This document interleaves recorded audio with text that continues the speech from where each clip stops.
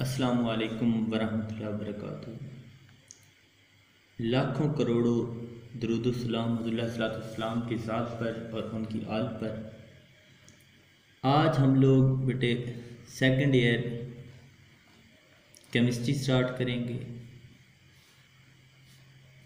Second year chemistry हमारे पास 16 chapters पे मुश्तमिल है, 16 चैप्टर्स पे। उनमें से हमने इन 16 चैप्टर्स को डिवाइड किया हुआ है। उनमें से आप लोग के पास फर्स्ट जो 6 चैप्टर है, पहले 6 चैप्टर्स, उनको आप लोग इनऑर्गेनिक केमिस्ट्री में कहते हैं।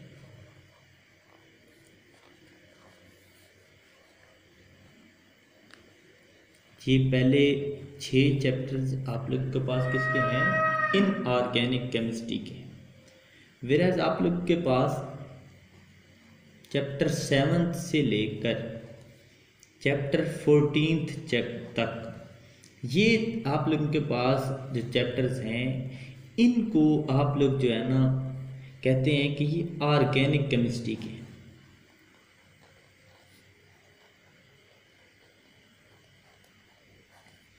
इसके अलावा आप लोग के पास 15 चैप्टर है और 16 चैप्टर, ये दो ऐसे चैप्टर हैं।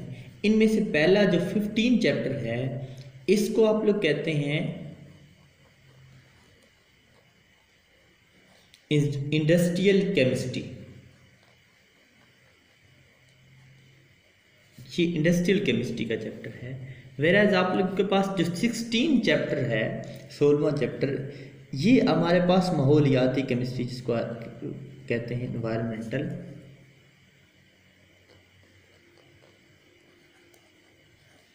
केमिस्ट्री कहते हैं।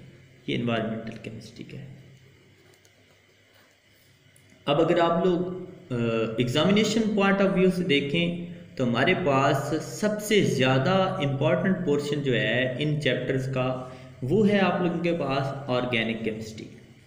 अब अगर आप लोग चैप्टर 7 से लेकर 14 तक आप लोग अगर चैप्टर्स जो है अच्छे अंदाज में सही तरह से आप लोग याद कर लेते हैं, इनको आप लोग लर्न कर लेते हैं, तो आप लोग का तकरीबन राउंड अबाउट 60% जो है सेकेंड ईयर केमिस्ट्री का पेपर जो है, एग्ज़ाम जो है, वो आप लोगों के पास आप लोग सॉल्व कर लेते हैं। आप लोग अच्छे अंदाज में वहाँ से सेकेंड ईयर केमिस्ट्री में मार्क्स ले सकते हैं, अच्छे मार्क्स ले सकते हैं। अगर आप लोग चैप्टर 7 से 14 तक का ये वाला पोर्शन अच्छे अंदाज में रिवाइज कर लेते हैं, अच्छे अंदाज में प्रिपेयर कर लेते हैं, तो फिर आप लोग 60% मार्क्स इस पेपर में ले सकते हैं एग्जामिनेशन पॉइंट ऑफ व्यू से अगर आप लोग देखें तो। इसके अलावा हमारे पास ये पहला पोर्शन जो है, ये ज़्यादा सारे का सारा आप लोगों के पास फर्स्ट 6 चैप्टर जो हैं, ये इनऑर्गेनिक पोर्शन के हैं।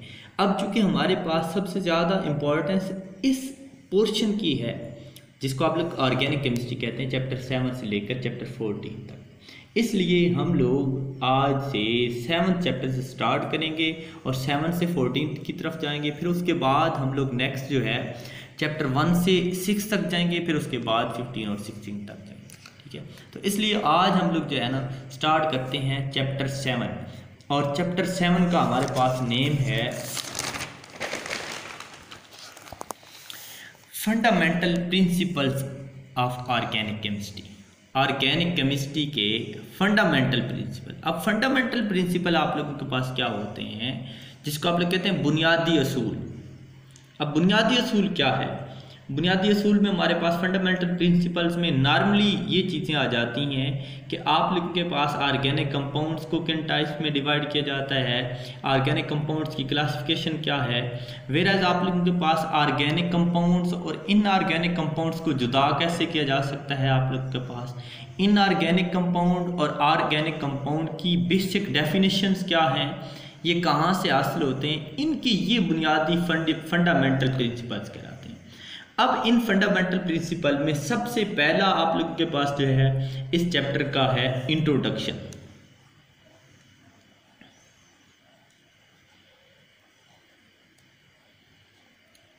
इंट्रोडक्शन क्या है? इंट्रोडक्शन में हमारे पास तकरीबन 2000 ईयर अगो हमने इस 2000 ईयर अगो, आप लोग अगर 200 साल पहले से भी पहले की बात की जाए तो उस वक्त ऑर्गेनिक केमिस्ट्री और इनऑर्गेनिक केमिस्ट्री में कोई फ़र्क नहीं था। There was no discrimination between organic chemistry and inorganic chemistry.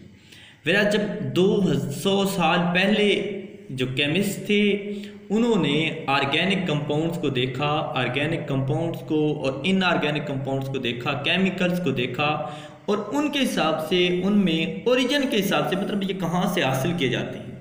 अब ओरिजिन क्या है, आप लोग कोई भी चीज़ जहाँ से हासिल की जाती है वो उसका ओरिजिन कहलाती है, ठीक है। तो आप लोगों के पास बेटे दो तरह की फिर केमिस्ट्री हो गई, आप लोग के पास दो तरह के कंपाउंड्स हो गए। 200 साल पहले उन्होंने कंपाउंड्स को ऑर्गेनिक और इनऑर्गेनिक में डिवाइड किया। तो उनमें से 200 साल पहले आप लोगों के पास ऑर्गेनिक और इनऑर्गेनिक में आप लोगों के पास बेस्ट डेफिनेशंस क्या थी उस वक्त 200 साल पहले उन्होंने किस तरह उनको डिवाइड किया, उनको डिफाइंड कैसे किया। तो पहला उनमें से आप लोगों के पास है ऑर्गेनिक कंपाउंड। ऑर्गेनिक कंपाउंड्स क्या है, वो कंपाउंड्स जिनका ओरिजिन आप लोगों के पास, ये ओरिजिन बेसिस पे हम लोग इनको डिवाइड कर रहे हैं, ठीक है। अब ओरिजिन बेसिस पे हम लोग अगर इनको डिवाइड करें तो उनमें से आप लोगों के पास ऑर्गेनिक कंपाउंड वो हैं जिनका ओरिजिन आप लोग के पास एनिमल्स हैं या फिर प्लांट्स हैं या लिविंग थिंग्स जितनी भी हैं, ठीक है। तो वो आप लोगों के पास कंपाउंड जो एनिमल से हासिल किए जाते हैं या प्लांट से हासिल किए जाते हैं, मतलब ये हुआ कि लिविंग ऑर्गेनिज्म से हासिल किए जाते हैं, तो उनको आप लोग क्या कहते हैं, ऑर्गेनिक कंपाउंड्स कहते हैं। अब उन ऑर्गेनिक कंपाउंड में कौन कौन सी चीज़ें आ जाती हैं, हाइड्रोकार्बन्स, जिस तरह आप लोग के पास मीथेन है, आप लोग के पास इथेन है, डिफरेंट आप लोगों के पास जितने भी ऑर्गेनिक कंपाउंड्स हैं जो पौधों से या जानवर से हासिल किए जाते हैं। चूँकि उस वक्त यही ओरिजिन के लिहाज से इनको डिफाइन किया गया था, तो इस वजह से इन कंपाउंड्स को क्या कहते हैं, on the basis of origin organic compound कहते हैं, क्योंकि आप लोगों के पास ये जानवर से हासिल होती हैं या फिर आप लोगों के पास पौधों से हासिल होते हैं। इसके बाद दूसरी आप लोगों के पास कैटेगरी कंपाउंड्स की क्या है, दूसरी कैटेगरी ये है, ये सारा हम लोग इंट्रोडक्शन अभी कर रहे हैं कि ऑर्गेनिक कंपाउंड क्या है, इनऑर्गेनिक कंपाउंड्स क्या है। अब दूसरी कैटेगरी क्या है, इनऑर्गेनिक कंपाउंड्स की। ये इनऑर्गेनिक कंपाउंड क्या हो सकते हैं, जिनका ओरिजिन लिविंग ऑर्गेनिजम्स ना हो, जिनका ओरिजिन प्लांट्स ना हो, जिनका ओरिजिन एनिमल्स ना हो, उनको आप लोग इनऑर्गेनिक कंपाउंड्स बोलते हैं। इनऑर्गेनिक कंपाउंड्स में आप लोगों के पास नॉन लिविंग ऑर्गेनिजम्स होते हैं, मतलब नॉन लिविंग थिंग्स से आप लोग इनको इनऑर्गेनिक कंपाउंड्स को हासिल करते हैं, ठीक है। मतलब इनका ओरिजिन क्या है, ये मिनरल से हासिल होते हैं, नॉन लिविंग थिंग्स से हासिल होते हैं, जिनमें जान नहीं है, जानदार चीज़ों से हासिल नहीं होते। ये उस वक्त 200 ईयर्स अगो इन कंपाउंड्स को according to their origin divide किया गया। इसके बाद देखिए आप लोग, जिस तरह अमोनियम साइनेट है या सोडियम क्लोराइड है, ये नॉन लिविंग थिंग्स से हासिल होते हैं, इस वजह से आप लोग इनको क्या कहते हैं, इनऑर्गेनिक कंपाउंड्स कहते हैं। क्या बोलते हैं, इनऑर्गेनिक कंपाउंड्स बोलते हैं। इसके बाद हमारे पास जब ऑर्गेनिक कंपाउंड्स को स्टडी किया गया, स्टडी करने के बाद डिफरेंट केमिस्ट, उस वक्त जितने भी साइंटिस्ट थे, केमिस्ट थे, वो इन ऑर्गेनिक कंपाउंड्स को लेबॉर्ट्री में प्रिपेयर ना कर सके, सक्सेस के साथ लेबॉर्ट्री में जब प्रिपेयर ना कर सके, तो उसके बाद उन्होंने कहा कि ये जो कंपाउंड्स हैं हमारे पास ऑर्गेनिक कंपाउंड्स, ये लेबॉर्ट्री में प्रिपेयर नहीं होते, जबकि ये आप लोगों के पास मैन्युफैक्चर इनको किया जा सकता है लिविंग थिंग्स के अंदर या कंपाउंड प्लांट्स के अंदर, और ये हमारे पास इनऑर्गेनिक मिनरल से कभी आप लोगों के पास लेबॉर्ट्री में प्रिपेयर नहीं होते।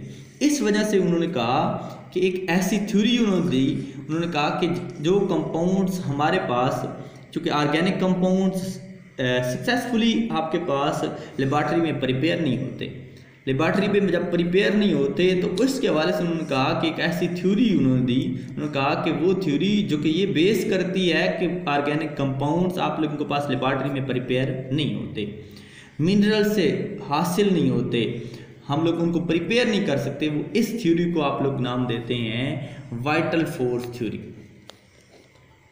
क्योंकि पौधों के अंदर या जानवरों के अंदर एक ऐसी फोर्स होती है जिस फोर्स की बदौलत, जिसको आप लोग वाइटल फोर्स कहते हैं, उस फोर्स की बदौलत आप लोग के पास पौधे या जानवर जितने भी हैं, प्लांट्स, एनिमल्स, लिविंग थिंग्स, इनको प्रिपेयर कर सकती हैं। इस फोर्स को क्या कहते हैं? वाइटल फोर्स कहते हैं। और इस थ्योरी को क्या कहते हैं? वाइटल फोर्स थ्योरी कहते हैं। अब इसके बाद काफ़ी अरसा, अब ये ऐसी थ्योरी थी वाइटल फोर्स थ्योरी जिसने हमारी ये ऑर्गेनिक केमिस्ट्री में लिमिटेशंस पैदा कर दी, ऑर्गेनिक केमिस्ट्री को कम कर दिया। ऑर्गेनिक केमिस्ट्री के कंपाउंड्स की तादाद कम हो गई। क्यों? क्योंकि आप लोगों के पास वाइटल फोर्स थ्योरी के बाद बहुत से केमिस्ट, बहुत से साइंटिस्ट पहले वाइटल फोर्स थ्योरी से पहले ऑर्गेनिक कंपाउंड्स पे काम कर रहे थे और ऑर्गेनिक कंपाउंड प्रिपेयर करने वाले थे, लेकिन जैसे ही वाइटल फोर्स थ्योरी आई उसके बाद उन्होंने काम छोड़ दिया और वो क्या करने लगे आप लोगों के पास। इस वजह से अगर वो आप पहले वो अपने काम स्टार्ट रखते तो इस तरह हमारे पास ऑर्गेनिक कंपाउंड्स की तादाद बहुत ज़्यादा हो जानी थी। लेकिन काफ़ी अर्सा वाइटल फोर्स थ्योरी के बाद ऑर्गेनिक कंपाउंड्स पे काम जितना भी था वो ख़त्म कर दिया गया, स्टॉप कर दिया गया, क्योंकि उनके अंदर एक थ्योरी आ गई, जहन में एक बात आ गई कि ऑर्गेनिक कंपाउंड को कभी लेबॉर्ट्री में प्रिपेयर नहीं किया जा सकता। फिर उसके बाद हमारे पास एक साइंटिस्ट था, एक केमिस्ट था, जिसको आप लोग कहते हैं फ्रेडरिक वोलर। अब हमारे पास क्वेश्चन आ सकता है कि फ्रेडरिक वोलर का हमारे पास ऑर्गेनिक कंपाउंड में, ऑर्गेनिक केमिस्ट्री में क्या रोल है। तो ये क्वेश्चन हम लोग इस क्वेश्चन का आंसर दे सकते हैं कि फ्रेडरिक वोलर ने इस वाइटल फोर्स थ्योरी को क्या किया था? रिजेक्ट किया था। वाइटल फोर्स थ्योरी ने ऑर्गेनिक कंपाउंड्स की तादाद को लिमिटाइज कर दिया था। अगर ये थ्योरी ना आती तो हमारे पास ऑर्गेनिक कंपाउंड इससे कहीं ज़्यादा मिकदार में, इससे कहीं ज़्यादा तादाद में होने थे। इसलिए फ्रेडरिक वोलर का एक अहम किरदार है, इसने वाइटल फोर्स थ्योरी को रिजेक्ट किया, जिसके बाद अगेन हमारे पास लेबॉर्ट्री में ऑर्गेनिक कंपाउंड्स को प्रिपेयर करने लगे साइंटिस्ट और केमिस्ट। तो फ्रेडरिक वोलर ने काम क्या किया था? इसने मिनरल से, जिसको अमोनियम साइनेट एक आप लोगों के पास मिनरल है और ये आप लोगों के पास ना लिविंग थिंग से हासिल होता है, इससे उसने क्या किया? लेबॉर्ट्री के अंदर आप लोगों के पास यूरिया प्रिपेयर किया। लेबॉर्ट्री के अंदर जब यूरिया प्रिपेयर किया तो यूरिया को देखा कि ये क्या है। पहले तो ये जानवरों से, मैमल से ओरिजिनेट था, मैमल्स के यूराइन से हासिल होता था, इस वजह से इसका नाम यूरिया था। और यूरिया एक ऑर्गेनिक कंपाउंड है। अब जब आप लोगों के पास ऑर्गेनिक कंपाउंड्स जितने भी हों, पहले तो वाइटल फोर्स थ्योरी क्या कहती थी कि ऑर्गेनिक कंपाउंड्स को लेबॉर्ट्री में प्रिपेयर नहीं किया जा सकता, लेकिन वोलर ने क्या किया? अपने काम में अमोनियम साइनेट को जो है उसने यूरिया में कन्वर्ट कर दिया। ये रिएक्शन दिया गया, इस अमोनियम साइनेट है, इससे उसने उसको क्या किया? यूरिया में कन्वर्ट किया। फिर देखा ये गया कि यूरिया है क्या चीज़? यूरिया एक ऑर्गेनिक कंपाउंड है जो कि मैमल्स की यूराइन से हासिल होता है, मैमल्स के यूराइन से हासिल होता है। अब जब मैमल्स के यूराइन से हासिल होगा तो हम लोग क्या कहेंगे कि इनका ओरिजिन क्या है? इनका ओरिजिन एनिमल्स है। अब एनिमल्स क्या हैं? एनिमल्स आप लोगों के पास हम लोग पहले पढ़ चुके हैं कि वो कंपाउंड्स जो आप लोगों के पास एनिमल से ओरिजिनेट किए जाएं, एनिमल से हासिल किए जाएं, प्लांट से हासिल किए जाएं, उन कंपाउंड्स को क्या कहते हैं? ऑर्गेनिक कंपाउंड कहते हैं। और अमोनियम साइनेट क्या है? ये नॉन लिविंग थिंग से हासिल होता है, इसलिए inorganic on the basis of origin अगर इसकी डेफिनेशन की जाए तो ये आपके पास इनऑर्गेनिक कंपाउंड है। अब इनऑर्गेनिक कंपाउंड को ऑर्गेनिक कंपाउंड में वोलर ने लेबॉर्ट्री के अंदर कन्वर्ट करके वाइटल फोर्स थ्योरी को रिजेक्ट कर दिया। इसके बाद वोलर के इस वर्क के बाद आप लोगों के पास वाइटल फोर्स थ्योरी को रिजेक्ट कर दिया गया और अगेन ऑर्गेनिक कंपाउंड्स के ऊपर बहुत ज़्यादा रिसर्च होने लगी। आप लोगों के पास मिनरल्स से ऑर्गेनिक कंपाउंड्स को हासिल किया जाने लगा। तो इस तरह फिर हमारे पास ऑर्गेनिक केमिस्ट्री वसी से वसी तर होती गई। इसके बाद नेक्स्ट हमारा टॉपिक होगा modern definitions of organic chemistry. अब ये थी जो आप लोगों ने पहले अभी जो पढ़ी हैं, ये डेफिनेशन थी आप लोगों के पास ऑर्गेनिक कंपाउंड्स की और इनऑर्गेनिक कंपाउंड्स की। आप लोगों के पास पहले 2200 ईयर्स अगो जो आप लोगों के पास केमिस्ट ने ऑर्गेनिक कंपाउंड्स को और इनऑर्गेनिक कंपाउंड्स को on the basis of their origin divide किया था, उस बुनियाद पे आप लोगों के पास ये कंपाउंड्स की डेफिनेशंस थी। अब हम लोग नेक्स्ट लेक्चर में modern definition of organic compound क्या है, modern definition of inorganic compound क्या है, इससे हम लोग ऑनवर्ड मूव करते चल जाएंगे। ये था हमारा आज का लेक्चर। उम्मीद है आप लोग इससे काफ़ी गेन करेंगे। अल्लाह आप लोग को खुश रखे।